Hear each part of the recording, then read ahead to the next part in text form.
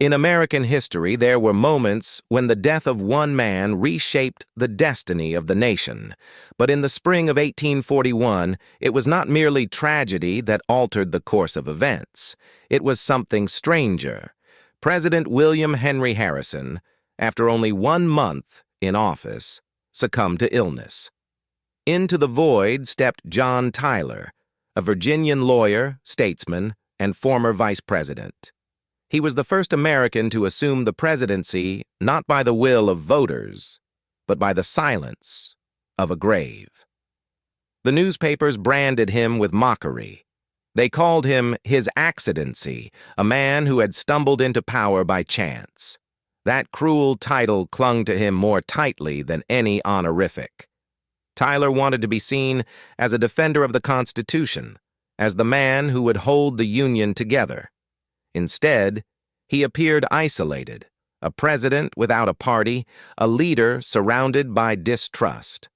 At his estate in Virginia, Sherwood Forest, the weight of politics mixed with something darker. The servants spoke in hushed tones about the great clock in the hall, which stopped unfailingly at 3 o'clock each morning. Candles flickered out during prayers, leaving the room in sudden darkness. Damp circles appeared on the flagstones by the eastern entrance, even on days of perfect sun. Those who studied the marks swore they formed a crude symbol, 4 quadrants divided by a cross, as if an unseen hand traced the same design again and again. Meanwhile, Washington trembled with discontent. Tyler vetoed bills his party demanded, alienated allies, and saw his cabinet collapse around him. His enemies called him stubborn, arrogant, unfit. Yet beneath these political storms, another current stirred.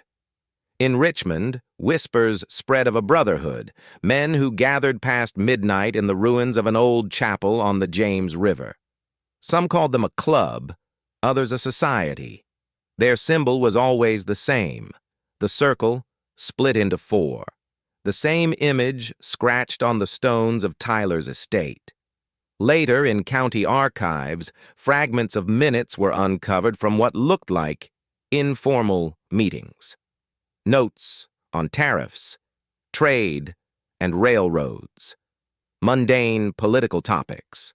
But between those neat lines appeared stranger words, scribbled in a different hand. Mentions of a guest from Washington, a man who carries the burden of law, and a decision that will bind the Union with blood. And always, the symbol in the margins. No names, no signatures, only enough to suggest that Tyler himself was not merely president by accident, but a chosen figure, marked by forces that cared nothing for elections. Tyler's letters from the time reveal a man battling exhaustion, but also something more unsettling. He wrote of nightly visitations, of faceless figures that lingered at the threshold between waking and sleep, of footsteps echoing in his study when the house was otherwise silent. Always at the same hour, 3 in the morning, when the clocks stopped.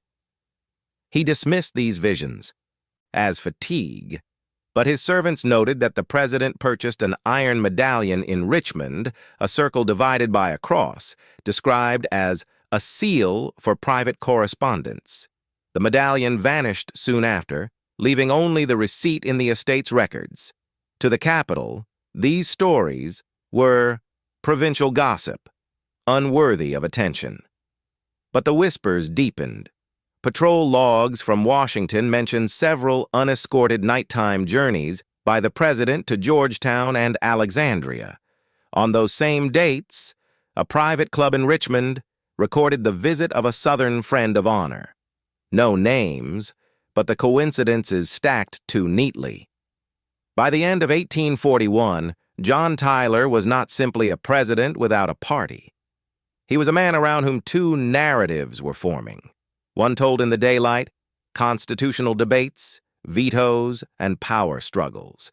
The other carried in shadow, Clocks that froze, candles that died, symbols that marked his estate, and secret gatherings where decisions of union and blood were whispered. To some, he was a stubborn Virginian fighting for legitimacy. To others, he was already bound, a living pledge in a game older than the Union itself. A man caught not only between North and South, but between law and prophecy. And so begins the story of what would later be called the Prophecy of Tyler, a warning that the Union could be preserved, but only if it was bound together by sacrifice.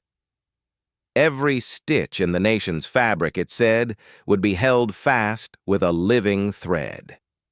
If John Tyler's rise to power was an accident of fate, the records that began to surface years later suggested something else entirely. Hidden in the Virginia Historical Society archives, researchers found a stack of county minutes from 1841. Ordinary documents on their surface, detailing tariffs, railway routes, and agricultural production. But, when examined closely, faint pencil notations appeared in the margins. The handwriting was jagged, hurried, unlike the neat clerk's entries. Among the ordinary bureaucratic language were fragments of phrases. The guest from Washington, the man chosen by death, not the people, and the bargain sealed in 4 parts. Each of these stray lines was flanked by the same curious emblem, a circle split by a cross into 4 quadrants. That symbol had been seen before. The housekeeper at Sherwood Forest had drawn it in her diary, describing the damp rings that appeared overnight on the flagstones at the eastern entrance. One field hand, interviewed decades later, recalled finding it carved into a fence post near the stables. It was never chalked, never painted, always burned or etched into the surface, as if the mark was meant to endure. What did the symbol mean? Some historians dismiss it as a Mason's cross, a shorthand used in fraternal lodges. But the lodges of Virginia denied it, insisting no such insignia belonged to them. Others claimed it was an ancient protective sigil, older than the colonies, imported by settlers from Europe and warped by generations into something unrecognizable. But there was another, darker interpretation. In an anonymous letter sent to the Richmond Enquirer in late 1841, the writer claimed the symbol represented the 4 corners of the Union, north, south, east, and west, bound together by a covenant. A circle, the letter read, not of trust, but of debt. Whoever enters it must pay, and the payment is never gold. The editor dismissed the piece as rambling, but the words lingered. The timing of these whispers was telling. In Washington, Tyler was under siege. His vetoes of the national bank bills split him from the Whigs. His cabinet deserted him, one by one. He was a president without a party, a solitary figure trying to hold the Union together while the machinery of government buckled around him. To some, his stubbornness seemed unnatural, almost inhuman. A man willing to endure humiliation and hostility for a cause that no longer served him. In Richmond, meanwhile, the stories grew bolder. One tavern tale claimed Tyler had attended midnight gatherings in a ruined chapel by the James River. Witnesses swore that candles burned with green flames and that the circle and cross symbol was drawn in salt on the floor. The centerpiece of the ritual, they said, was a parchment, signed not with ink, but with blood. When pressed for details, these witnesses faltered, retreating into nervous laughter. But the tale would not die. The oddest piece of evidence came decades later, during a renovation of the Virginia state capitol.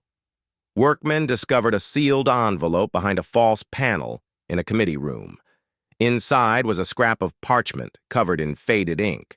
Most of it was unreadable, but one phrase stood out clearly. The man must endure alone, for the circle will not break. Below the words was the familiar emblem, a circle divided into 4. Did John Tyler know of these whispers? In his letters to friends, he wrote of exhaustion, of loneliness, of feeling besieged on all sides. In one particularly chilling passage, he described waking at night to hear the sound of voices in his study. Yet when he entered, the room was empty, save for his own papers scattered on the floor. He told himself it was the strain of politics. But the servants noticed that after such nights, Tyler would avoid his library for days at a time, as if reluctant to face something left behind. By the close of 1841, the story of John Tyler had already split in two. In Washington, he was the unpopular president, mocked as illegitimate, struggling to command authority. In Virginia, he was whispered about as a man bound by symbols, a leader marked by a covenant he might never have chosen. And in the shadows of both narratives loomed the same question. Was Tyler's presidency truly an accident of fate? Or had it been claimed in advance, sealed by a circle no law could break? The rumors that followed John Tyler in Washington were vicious but predictable. Accusations of betrayal, whispers of incompetence, and the endless ridicule of his accidency. But the rumors in Virginia carried a different weight. They spoke of a man who moved between two worlds, one of politics and one of shadows. It was in late autumn of 1841 that the first direct story surfaced. A farmer from Chesterfield County, known only in the archives as R.W., gave testimony in a local court about trespassers near his land. His statement wandered into stranger territory. He claimed that on the night of October 12th, he had followed the sound of voices to the ruins of a chapel by the James River. Through the cracks of the fallen walls, he saw men gathered in a circle. Candles burned with a dim, unsteady glow, though no wind disturbed them. At the center of the floor was drawn the now familiar symbol, a circle quartered by a cross. R.W. swore that one of the men was none other than John Tyler, President of the United States. His voice, the farmer said, was unmistakable, deep, deliberate, heavy with Virginian cadence. The men spoke of a union in danger, of threats within and without. The circle, they declared, was the bond that would hold the nation together. And then, R.W. claimed, the candles flared so brightly that he fled in terror, convinced he had seen not men, but figures cloaked in shadows. The testimony was dismissed as nonsense in court, but the record survived. And in Richmond, it spread like wildfire. The idea that the president himself had joined a midnight circle of ritualists was too irresistible for the taverns to ignore. At Sherwood Forest, Tyler's own letters added a subtler, chilling layer. In one note to his son, he described meetings with gentlemen of influence in Richmond, meetings held in secrecy, with no paper trail, no names recorded. They speak of union as though it were a body that must be bound, he wrote, and of sacrifice as though it were a currency. His phrasing was careful, almost clinical, but the unease was evident between the lines. By then, Tyler's political fortunes were collapsing. Expelled from the Whig Party, abandoned by his allies, and denounced in Congress, he seemed to govern from a position of perpetual siege. Yet he persisted, wielding the veto again and again, standing firm against the creation of a national bank. His determination seemed disproportionate, almost obsessive. Was it mere stubbornness? Or was it, as some whispered, the result of a vow he had taken in that ruined chapel? Decades later, an even stranger piece of evidence emerged. In the archives of a private collector in Richmond, researchers discovered a fragment of parchment, browned with age. On it was a scrawled passage, written in Latin, Qui servabit unionem servit circulo. Translated, He who preserves the union shall serve the circle. Beneath the words was a faint outline of the same quartered circle. No one could prove it was tied to Tyler. No, Handwriting analysis linked it to him.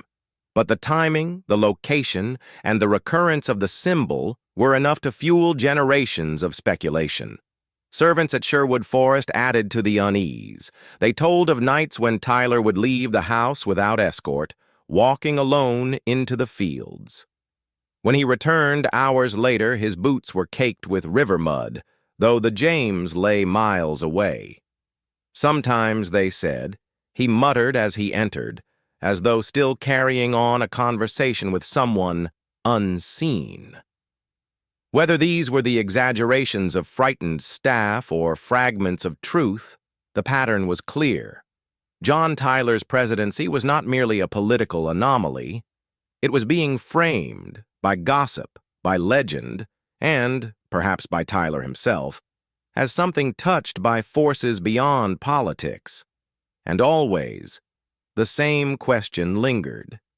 Did Tyler truly govern by the Constitution alone, or had he already pledged himself to something older, hidden in the midnight ruins of Virginia?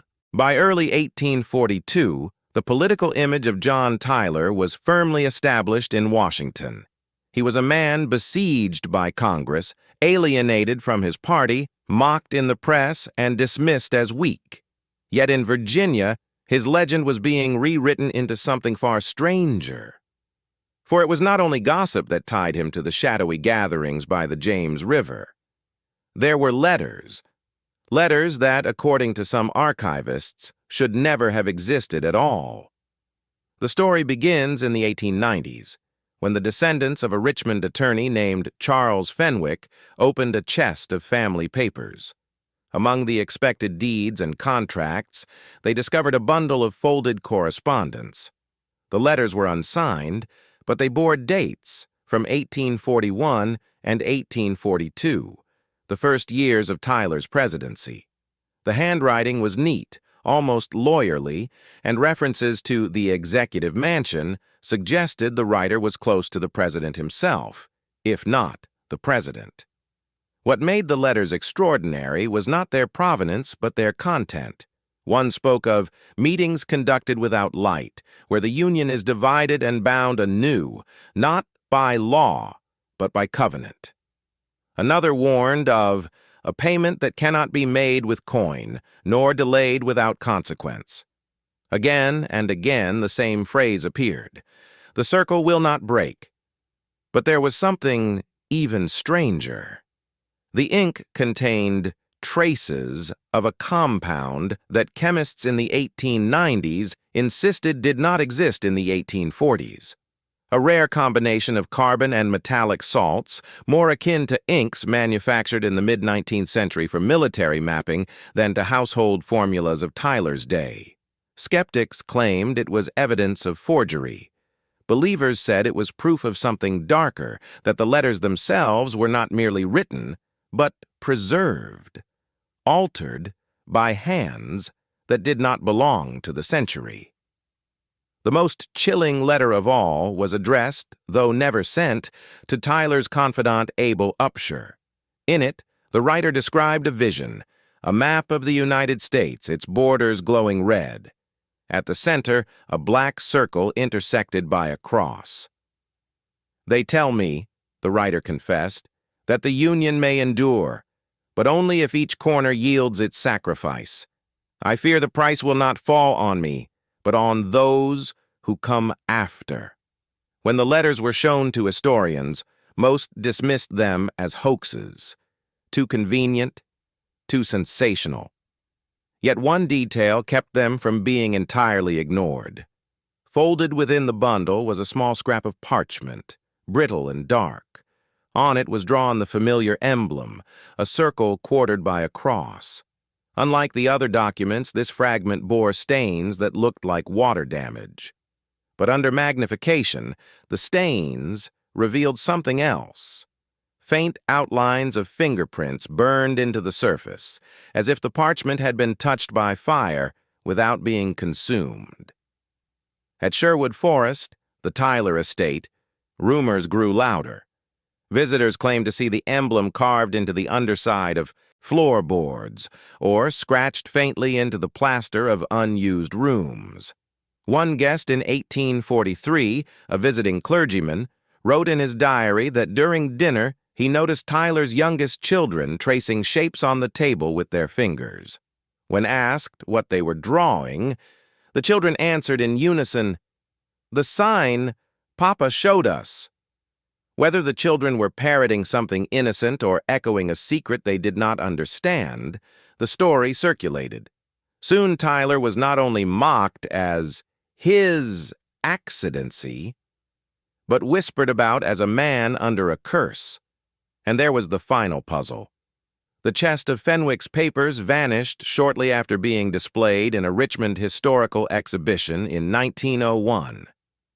Its contents, photographed but never recovered, left only grainy images and fragments copied by hand. The letters that should not have existed were gone, lost, stolen, or perhaps taken back by the very circle they described. By then, the legend of John Tyler had solidified into something unnerving, a president without a party, a leader bound by symbols, and a man who, according to the whispers, had left behind letters not of law, but of prophecy. The circle would not break, and neither, it seemed, would the story. By 1843, John Tyler had become one of the most isolated figures ever to hold the presidency.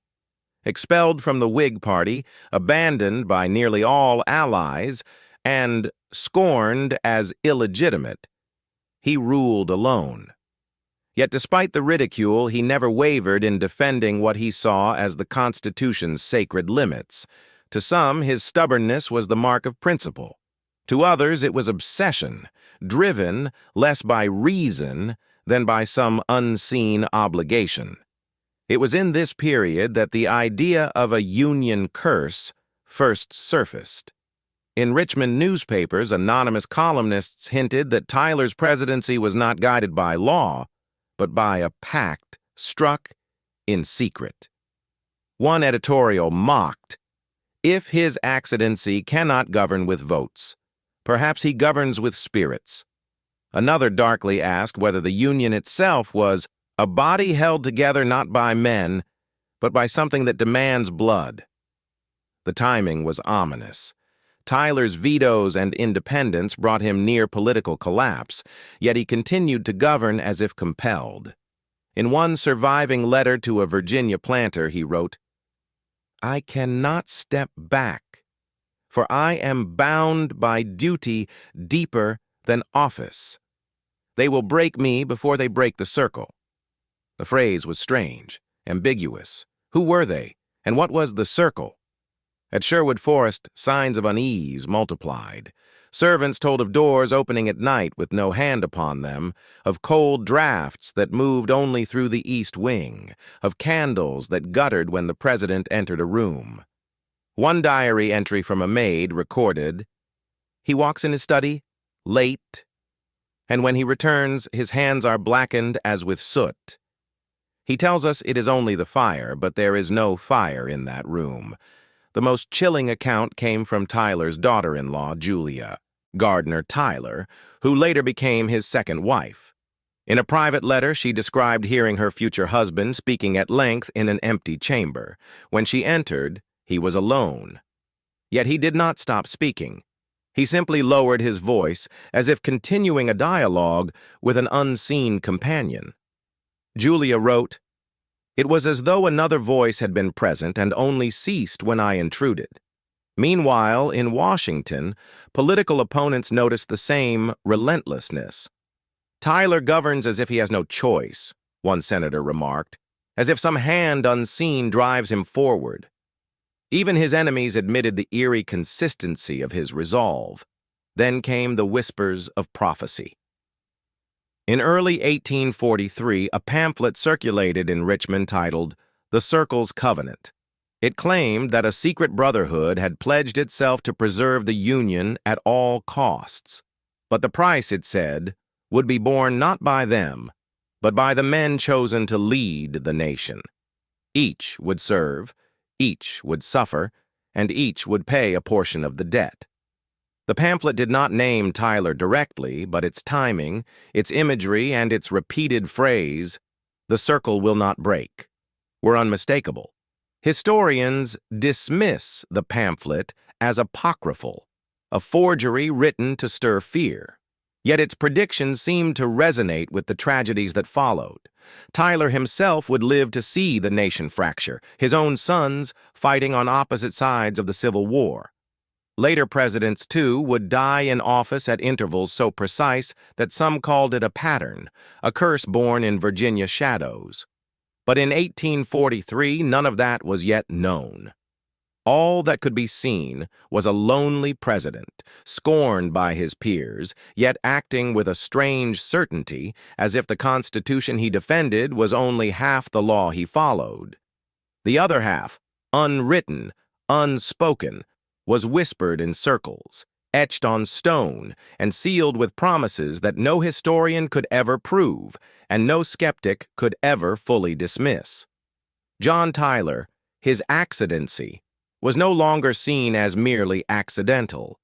To those who watched closely, he looked like a man bound, tied to a covenant older and darker than the nation itself. In the summer of 1843, a violent storm swept across Virginia. At Sherwood Forest, the old plantation trees bent under furious winds, and lightning split the skies over the James River. In Richmond, the newspapers called it a tempest of biblical scale. For John Tyler, it became more than weather. It was the night when whispers of the prophecy took on flesh. According to family accounts, Tyler had been pacing the east wing of his estate when the storm struck. Servants later recalled hearing him speaking in a raised voice, as though answering someone in the empty hall. One footman swore he heard him say, "The Union will endure, but not without the debt." When the lightning crashed against the windows, the household claimed the grandfather clock in the hallway stopped dead at exactly 3 o'clock, just as it had done so many nights before. The following morning, neighbors found strange marks burned into the soil near the entrance gates, overlapping circles divided into quadrants, as though fire itself had drawn them into the ground. The explanation was easy enough. Lightning strikes, natural scars from the storm. Yet the shapes were too precise, too deliberate, and they matched the very symbols spoken of in pamphlets and whispers for years. What unsettled the household most was what Tyler himself said afterward. To his daughter-in-law, Julia, he described the storm not as accident, but as warning. He told her that forces older than law itself had fixed their gaze upon the Union, and that his presidency was not chance but obligation. Julia, unnerved, recorded his words in a letter never meant for public eyes. He fears not defeat by men, but debt to a covenant. He calls it the circle, and says it binds him in ways I cannot fathom. Meanwhile, in Washington, political hostility reached its peak. Congress mocked him, parties rejected him, and his vetoes only hardened opposition. Yet Tyler pressed on, unwavering, as though protected by conviction, or imprisoned by it. A journalist at the time noted, "He acts as if fate itself holds his hand, unbending though the storm tears him apart."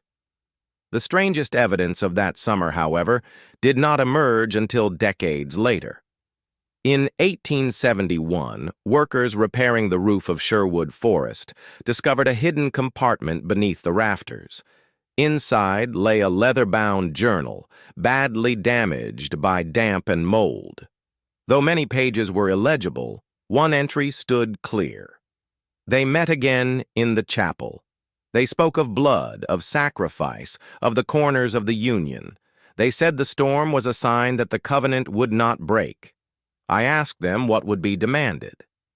They did not answer, only that it would not be I who paid, but those who followed. The handwriting bore uncanny resemblance to Tyler's own. Though skeptics dismissed it as forgery, the journal vanished soon after its discovery, leaving only a single transcription in a local paper. For Tyler, the storm of 1843 became a private turning point. Friends later remarked that his eyes seemed more hollow, his manner more fatalistic. He still carried out the duties of his presidency, but there was a weight in his words, as if every decision was shadowed by something unseen. When asked in public about his legacy, he deflected with laughter. But in private, Julia swore. He muttered a single phrase again and again, like a prayer or a curse. The circle will not break. By 1844, John Tyler's presidency stood on crumbling ground. The Whigs had expelled him from their party, the Democrats refused to embrace him, and newspapers mocked him as the president without a people. Yet even in political ruin, strange undercurrents followed him, suggesting his fall was less a matter of policy than of something older, something whispered about in letters and late-night conversations. That year, Tyler pursued the annexation of Texas, a gamble many saw as desperate. Supporters framed it as a bold act of vision, but detractors called it reckless. The political battle divided Congress and inflamed sectional tensions. Still, Tyler seemed obsessed, almost consumed, as though annexation itself was tied to his fate. A diary entry from a senator at the time described meeting Tyler late one night in the White House. He spoke of the Union as a body wounded and bleeding, of states like limbs in need of stitching. He said there was a design, older than we, that required it to be whole. I confess I did not understand him, but his manner chilled me. He seemed possessed of something, not reason, but inevitability. Meanwhile, letters from Tyler's family suggest he was plagued by visions. Julia wrote of her father-in-law waking in the night, convinced he heard voices in the East Corridor. Servants, too, reported uncanny events. Fires extinguishing themselves, doors locking from the inside, and the same strange circular marks appearing in the soil after heavy rains. One story, whispered long after, claimed that in 1844, a small gathering took place at Sherwood Forest. Men of power meeting Tyler in secrecy. A coachman who delivered goods to the estate swore he saw lanterns in the grove at midnight, with figures in cloaks standing in a circle. He told neighbors the president himself stepped into the ring of light, and that a low humming rose, not like voices, but like wind in hollow stone. The tale was dismissed as rumor, yet it spread quickly, reinforcing the belief that Tyler was bound to a covenant not of his choosing. As the election year loomed, Tyler realized he had no path to victory. He withdrew from the race, leaving his presidency to expire in disgrace. But his exit was not without drama. In February 1845, as he prepared to leave office, lightning struck the Capitol dome, an event noted by multiple witnesses. The strike caused little damage, but to superstitious eyes, it was a sign. One newspaper with mocking tone declared, "He leaves as he came, amidst storm and omen." Yet the strangest part of Tyler's fall came not from weather or rumor, but from his own pen. A letter discovered years later in his private desk read, "They said it would not be I who paid, but those who followed. I see it now. The price is not measured in my failures, but in blood yet to spill. The Union will bleed again. I pray it not be in vain." This letter, written only days before he vacated the White House, has fueled speculation ever since. Some see it as a reflection of the looming sectional crisis that would indeed tear America apart within 2 decades. Others view it as evidence of something more chilling, that Tyler had been told, or had come to believe, that the covenant he spoke of would demand a sacrifice far beyond his lifetime. He returned to Sherwood Forest to live out his years in relative obscurity. But to those who had seen his haunted gaze or read his strange letters, John Tyler was not merely the president who fell into power by accident. He was the man who walked with a secret, one that would cast its shadow long after his presidency ended. When John Tyler left Washington in 1845, he was not simply a former president. He was, in the eyes of many, a man cursed by history. He had no party, no broad following, and no real legacy, save for the ridicule of his accidency. Yet at his Virginia estate, Sherwood Forest, his reputation was not the only thing haunting him. Locals claimed that strange occurrences around the estate grew worse after his return. Farmhands reported hearing voices carried on the wind at dusk, chanting or low murmurs, too patterned to be chance. Horses bolted without cause, and crops near the edge of the forest wilted in symmetrical patterns, like rings pressed into the earth. Letters from his daughter, Julia Tyler, described her father as increasingly restless. She wrote, "He walks the corridors at night as though searching for something. He pauses before the windows, staring at the woods. He tells us there are eyes upon us still. My heart trembles when he speaks this way." One visitor, a Richmond lawyer, recalled dining with Tyler in 1847. After supper, the former president showed him a set of folded papers, claiming they were minutes from a meeting he had once attended in Washington. The lawyer remembered seeing symbols drawn in the margins, circles divided into 4 parts, with what looked like Latin words scrawled alongside. Tyler spoke in hushed tones. "It is not ended.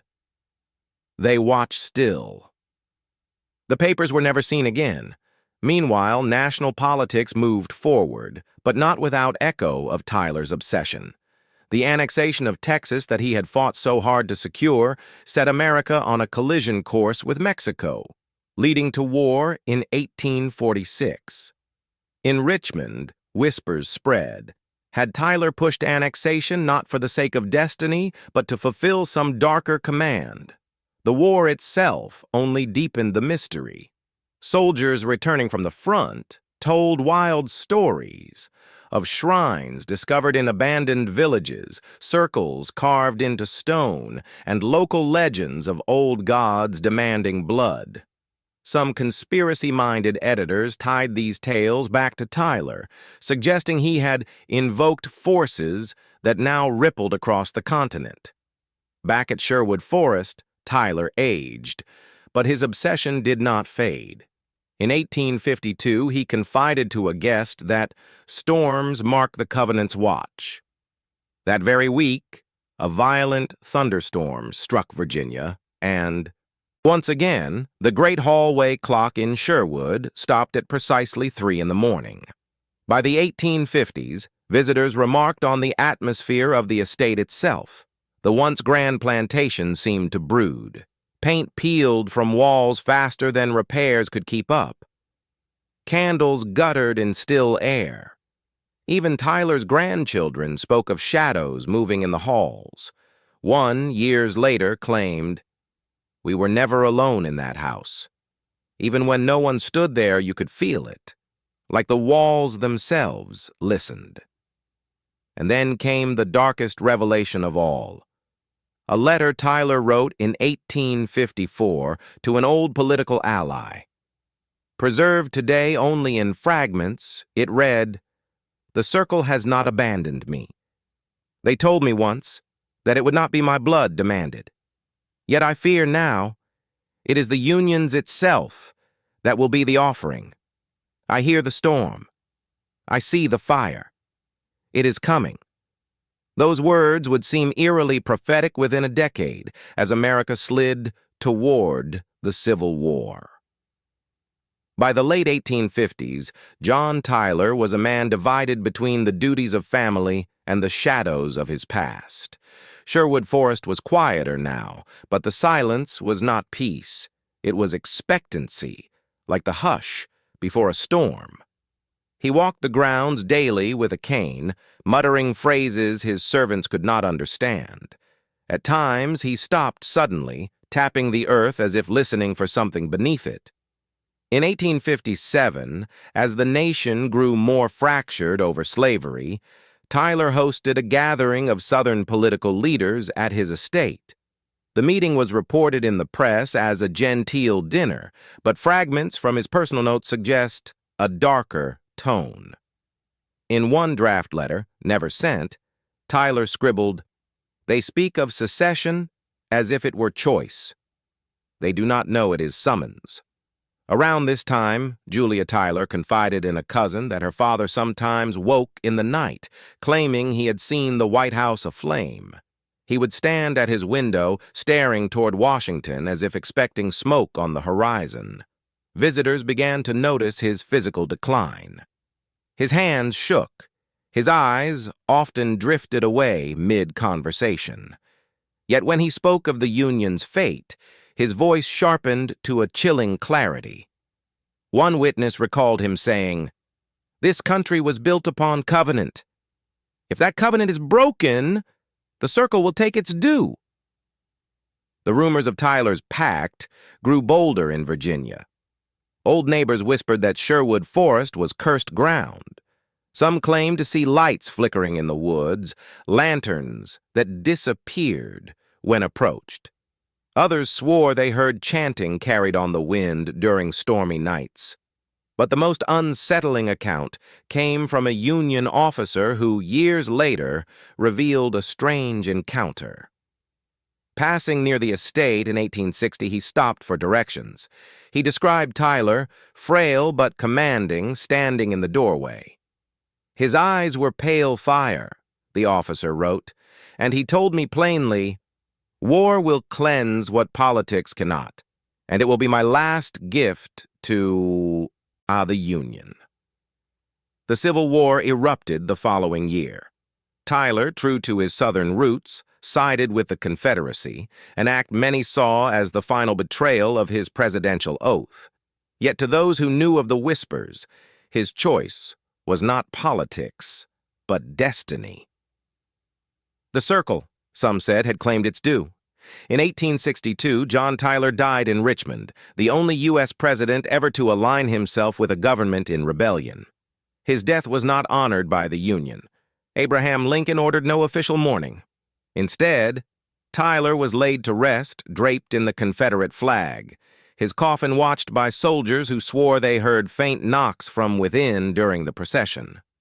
After his burial, Sherwood Forest grew still. His papers vanished, many burned by family, others rumored stolen. Yet local legend persisted. On stormy nights, a riderless horse was said to be seen galloping along the forest edge, and a voice, measured, oratorical, unmistakable, echoed through the trees.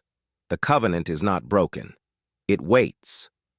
Tyler's last warning, whether madness or prophecy, seemed to hang over the nation.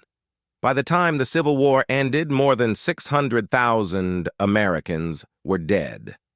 The Union shattered and remade in blood. And so the question remained, had John Tyler simply foreseen the inevitable? Or had he, in his dealings with the Circle, helped to summon it? When John Tyler died in 1862, he became a political ghost long before the nation buried him. He was the first U.S. president not mourned by Washington, the only president whose death was officially ignored by the Union. To many, he was a traitor. To others, a prophet. But in the shadows of Sherwood Forest, he was remembered for something stranger. His estate did not vanish with him. Sherwood Forest remained in the Tyler family, and with it, the whispers. Servants who stayed on after his death claimed the halls grew colder at night, that portraits of the president seemed to watch them. Some swore the library door rattled on stormy evenings, as if someone, or something, still wished to enter. But what lingered most were the words Tyler had repeated in his final years. The covenant waits.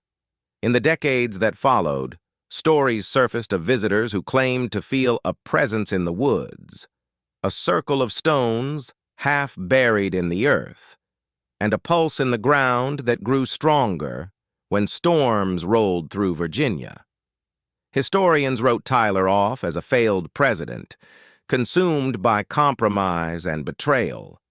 Yet folklore gave him another identity, the man who bargained with powers beyond politics, a man who may have seen too far into the future. For as the Civil War raged, it echoed the warnings he had muttered in his declining days. The White House in flames, the Union shattered, the blood price paid. One curious detail haunts the record. In 1935, when Sherwood Forest was briefly surveyed for preservation, researchers uncovered fragments of paper hidden beneath floorboards. Faded ink spelled out only this: the circle is not ended. It waits in silence until called again. What was the circle? A metaphor? A cult? Or merely the ramblings of a sick old man? No one could say. But the timing was eerie. Within a few years, America would plunge into the crises of the Great Depression and another world war. And once again, some whispered that the circle had stirred. Today, John Tyler is remembered in textbooks as His Accidency, the accidental president who stumbled into office and faded into obscurity. But in Virginia, where Sherwood Forest still stands, his memory carries a different weight. Locals claim that on certain nights you can still hear him speaking, an orator's voice carried by the wind, solemn, commanding, echoing through the trees. Was he warning us? Was he bound by some covenant that shaped not just his life, but the fate of the nation he once led? Or was it all just legend, born from fear and betrayal during America's darkest years? The truth may never be known. Yet the story of John Tyler, forgotten by history but remembered by folklore, remains a chilling reminder that power always comes with a price. And perhaps, just perhaps, some debts are never truly paid.